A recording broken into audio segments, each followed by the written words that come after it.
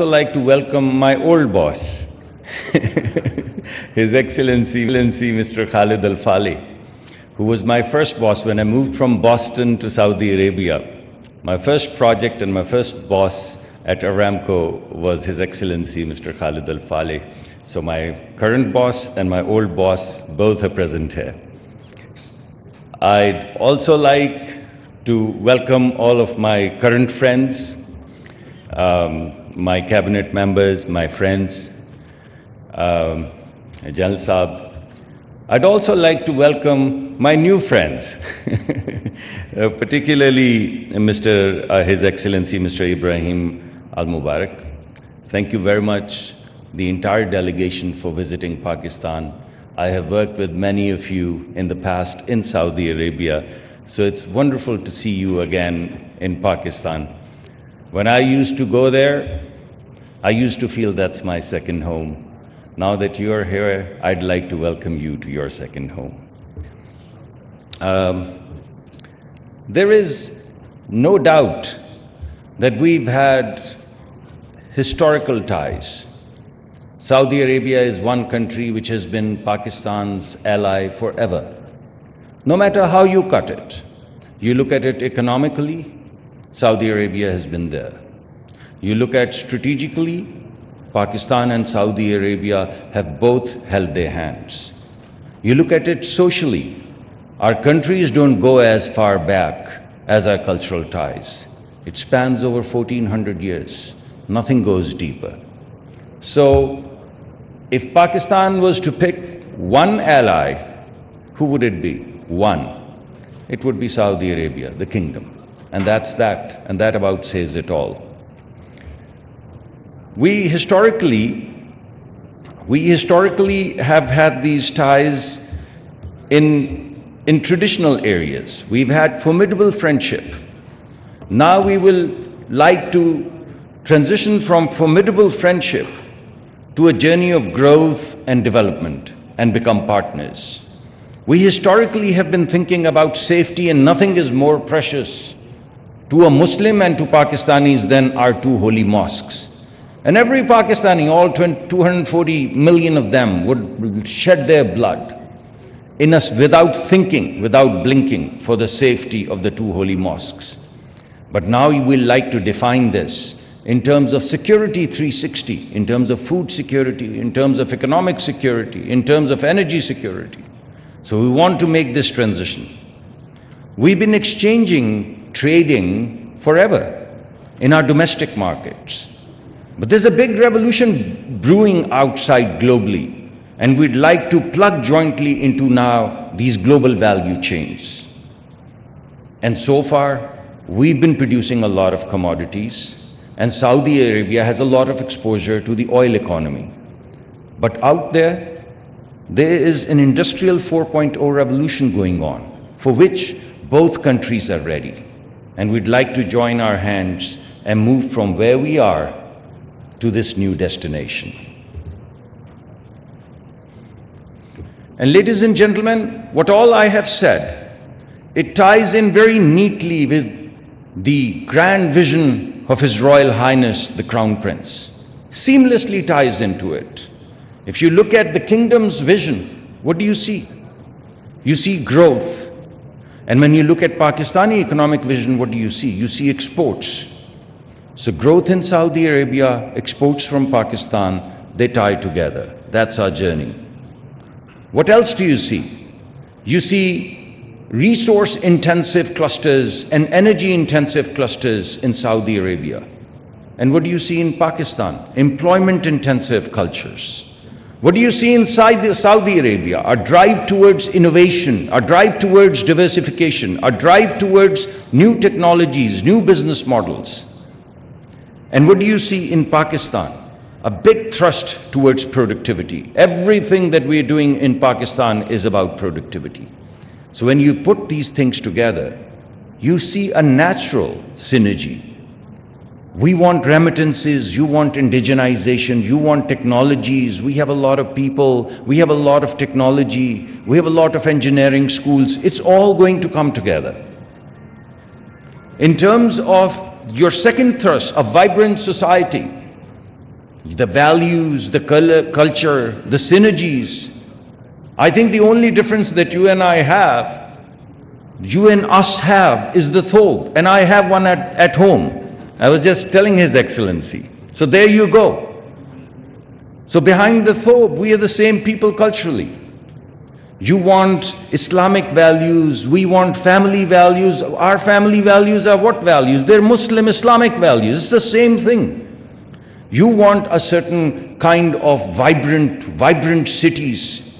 We have the northern areas where the families would be as comfortable as my family would be in Riyadh.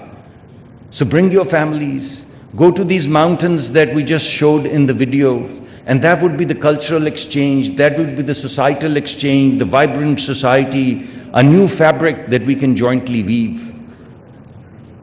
And from our perspective, as you would hear from SIFC, as you've heard from our Minister of Finance, and as you would hear from my boss, the Deputy Prime Minister, you would hear this.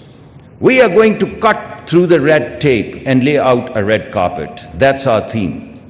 You've already digitized.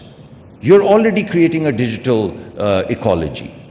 So everything comes together. Our vision, your vision, our vision together, it all converges as we move forward. We have a very clear strategy to do this, and I'd lay this out for you very quickly. First and foremost, we would leverage the assets that we already have. You know that we have mining resources, and you know that there is an electrification revolution brewing in the world. And the backbone of this electrification revolution is going to be copper.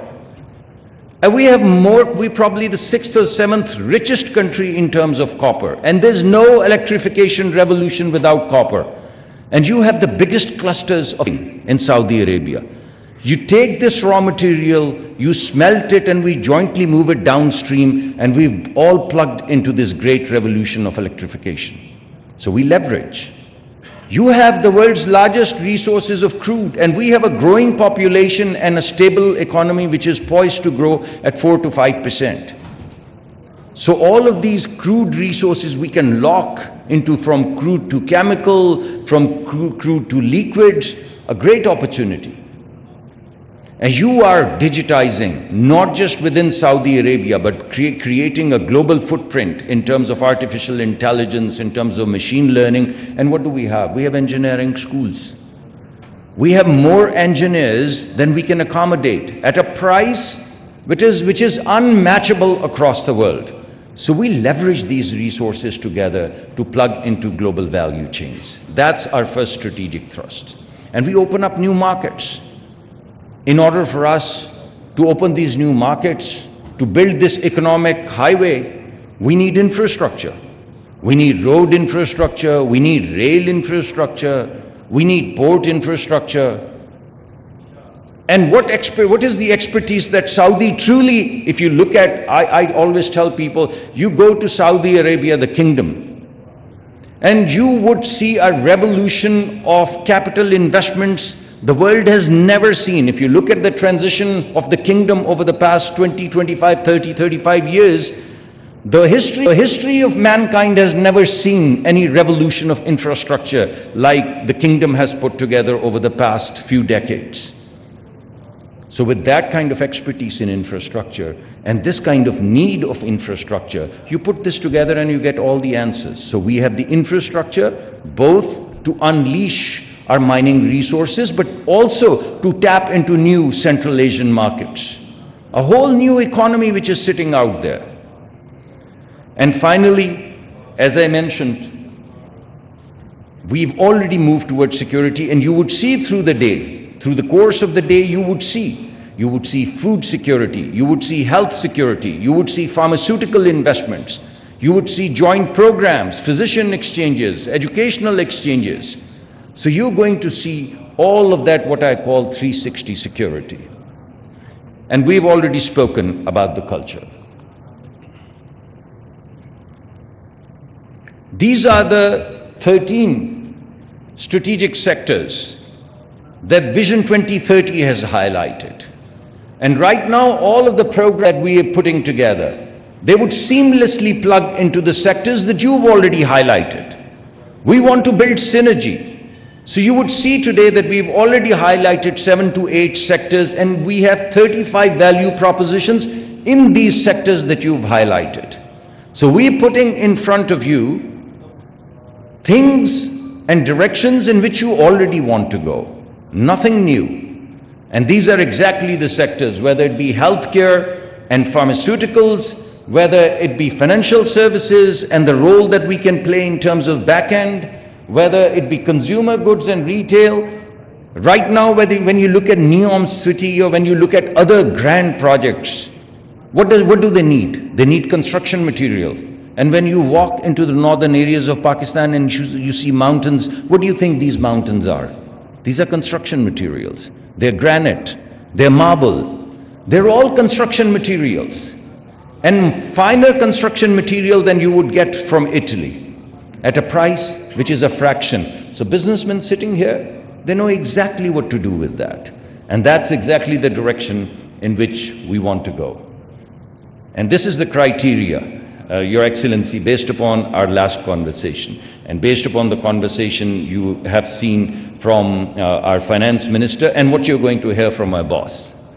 You will see that we are going to titrate every single project that we put in front of you against these evaluation criteria, against investment returns, risks, capabilities, strategic and innovation and technology.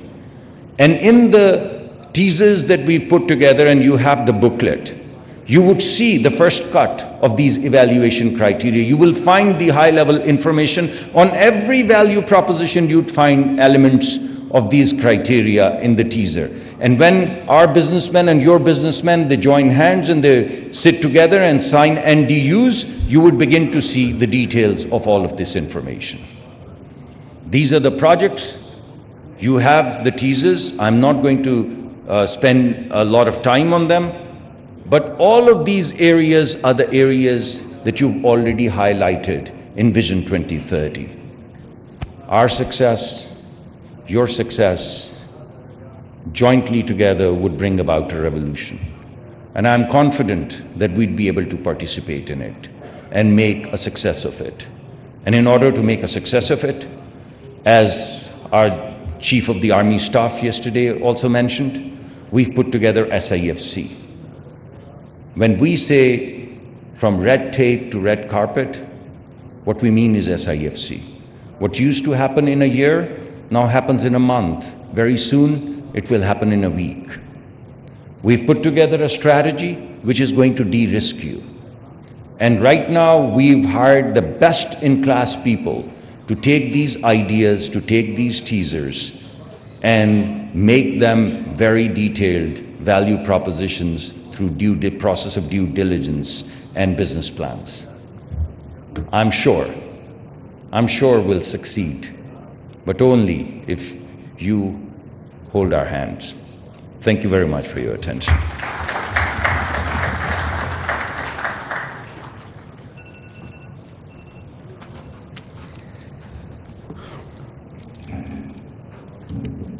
Thank you.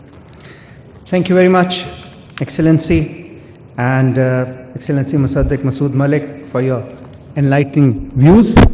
And obviously, the motto is, the idea is to create synergies between both our countries, whereby our visions can be actualized by leveraging our assets, building infrastructure, ensuring food security, and sharing cultures. You also identified 13 strategic sectors for the Vision 2030, whereby we need to build synergies. Ladies and gentlemen, as we move on, I would now like to request Excellency Waleed Al-Murshid, the Head of International Finance Corporation in Saudi Arabia, to please come up and give a presentation on supporting cross-border